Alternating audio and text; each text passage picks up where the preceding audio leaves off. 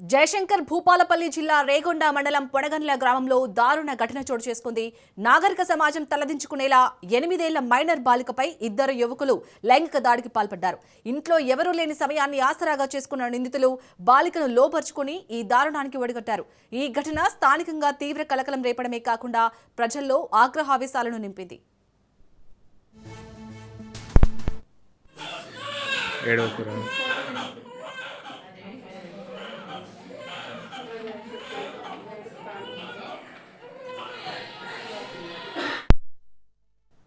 అయితే రోజువారీ పనుల నిమిత్తం బయటకు వెళ్లిన తల్లిదండ్రులు సాయంత్రం ఇంటికి వచ్చేసరికి బాలిక తీవ్ర రక్తస్రావంతో అపస్మారక స్థితిలో పడి ఉండటాన్ని గమనించారు. చిన్నారి పరిస్థితిని చూసి తల్లిదండ్రులు వెంటనే స్థానిక ఆసుపత్రికి తరలించారు. ప్రస్తుతం ఆ బాలిక వైద్యుల పర్యవేక్షణలో చికిత్స పొందుతోంది. బాలిక ఆరోగ్య పరిస్థితి విషమంగానే ఉన్నట్లు సమాచారం అందడంతో గ్రామస్తులు ఆందోళన వ్యక్తం చేస్తున్నారు.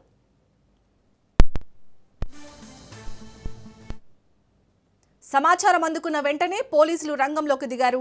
బాధితురాలి తల్లిదండ్రుల ఫిర్యాదు మేరకు కేసు నమోదు చేసి దర్యాప్తు ప్రారంభించారు. ఈ ఘాతుకానికి పాల్పడినట్లు అనుమానిస్తున్న 2 యువకులని పోలీసులు ఇప్పటికే అదుపులోకి తీసుకున్నారు. పోలీసులు నిందితులపై పోక్సో చట్టం కింద కేసులు నమోదు చేశారు.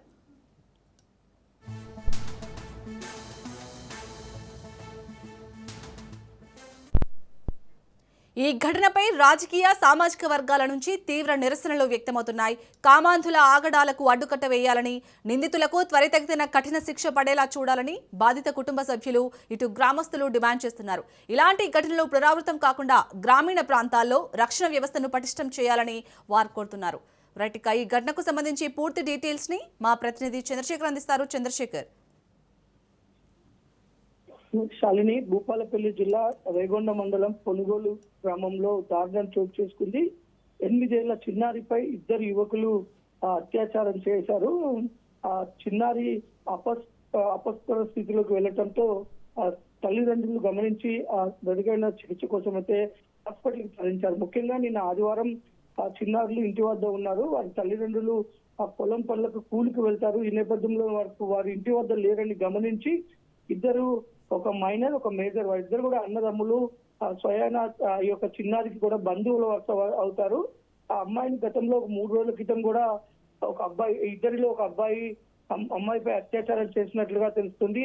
ఆ తర్వాత చాక్లెట్లు కొనిచ్చి అమ్మాయిని మభ్యపెట్టడం జరిగింది.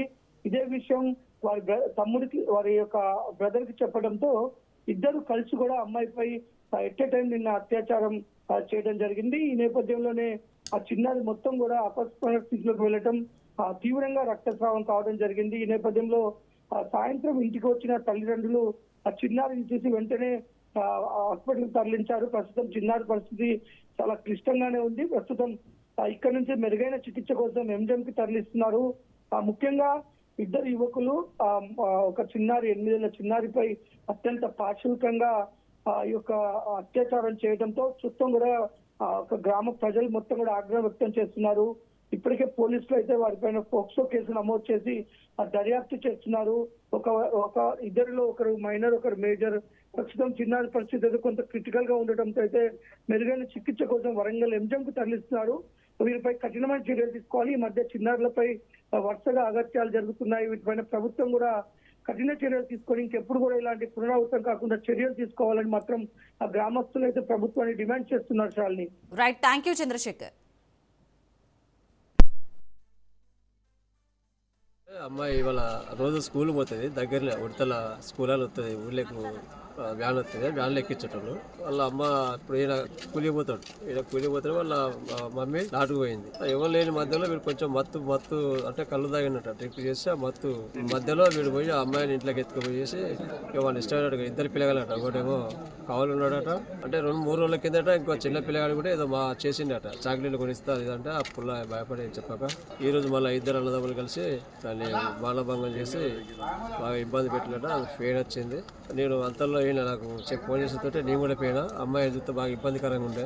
పోలీసు వాళ్ళు ఫోన్ చేసిన 100 ఫోన్ చేస్తే ఎస్ఐ గారు వచ్చిండు, 4 కానిస్టేబుల్ వచ్చిండు. దానికి సూచనలో ఉమెన్ కానిస్టేబుల్ కూడా లైఫ్ తీసుకున్నది. ఆమె ఏం చేసేది, ఎట్లా జరిగింది అనేది అమ్మాయితో మాట్లాడిపించుకున్నది, పంచనామా చేసింది. తర్వాత ఇప్పుడైతే హాస్పిటల్ తీసుకుపోయి వాడిని ప్రిపేర్ చేద్దామా లేకపోతే ఏదో చేద్దామని మాట్లాడింది. అందులో దొరకబట్టిళ్ళు వాళ్ళ కంట్రోల్లోనే ఉన్నారు. ఇప్పుడు కంప్లైంట్ కూడా ఫైల్ అవుతుంది. వాళ్ళ పేరెంట్స్ తీసుకొచ్చి సంతకం పెట్టమనేసి ఫోన్ చేసి ఇంతకుముందు. దీని మీద చిన్న పాప కాబట్టి ఇట్లాంటి మూర్ఖులను నిందితుల్ని బాగా శిక్షించాలనేది మా ఉద్దేశం. అంటే దీన్ని వాస్తవానికి మేమైతే ఖండిస్తాను. ఇట్లాంటి చిన్నపిల్లలు ఇవ్వాలి, వీళ్ళు కావచ్చు రేపు ఇంకోటి కాదు, ఇట్లాంటివి జరగకుండా ఉండాలనేది మా ఉద్దేశం. పోలీసు వాళ్ళకి చేసే మా రిక్వెస్ట్ కూడా ఇట్లాంటి వాళ్ళని కొంచెం శిక్షించి కండిషన్గా చేయాలని చేస్తేనే ఊరు అనేది కొంత పిల్లలు అలాంటి వాళ్ళు ఇంటిగా ఉంటారు కాబట్టి నమ్మకంగా పేరెంట్స్ కూడా నమ్మకంగా ఉంటారు అనేది మా ఉద్దేశం. నేను పోలీసు వాళ్ళకు రిక్వెస్ట్ చేసేది ఏంటంటే ఇట్లాంటి మూర్ఖులను ఖచ్చితంగా శిక్షించి వాళ్ళ మీద తగిన చర్య తీసుకోవాలని మా ఉద్దేశం.